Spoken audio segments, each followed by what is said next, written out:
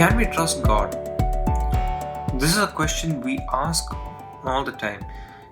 നമ്മൾ വിശ്വാസികളാണെങ്കിലും വിശ്വാസികളല്ലെങ്കിലും എന്നും ചോദിക്കേണ്ട ഒരു ചോദ്യമാണ്. How can we know if he's trustworthy? How can we know if we can trust him? When a new employee is employed in a company, how does the manager know if he's trustworthy? The manager gives him a responsibility.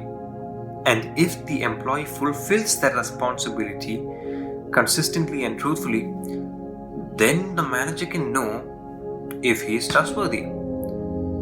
You can also know if God is trustworthy the same way. Taste and see that the Lord is good. We see that in the case of Gideon, that he's very skeptical of God. You who are watching may also be skeptical of God. You may not believe God exists. You may not believe Jesus exists. യേശു എന്ന പേര് ആദ്യമായി കേൾക്കുന്നതായിരിക്കാം. എന്നാലും ദൈവത്താൽ ആശ്രയിക്കാൻ അറിയാൻ പറ്റും. You can know if you can trust God. In the case of Gideon, he is in a situation where Israel മക്കൾ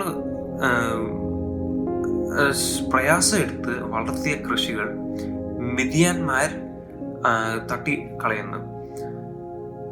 In that situation, God calls Gideon to a purpose, to be a new Moses.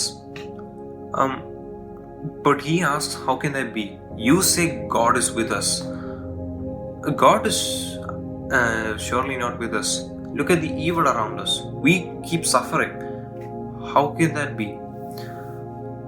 Now, God gives him a sign. He tells him to give an offering on an altar, and fire comes down from heaven on the altar, and the angel of the Lord who came to him goes into the altar and goes up through the fire. Now, this is a credible sign. But in some verses later, he asks for another sign of a wooden fleece and of dew. God gives him, even though he already gave a sign. And he asked again for a sign. So he's still skeptical. And God does it. And he takes it, he gets ready. And just before the battle, he again is fearful and doubtful. God tells him to go to the Midianite camp. And there he hears of the dream of one of the Midianites. And then he is strengthened. God is not going to force you into believing in him.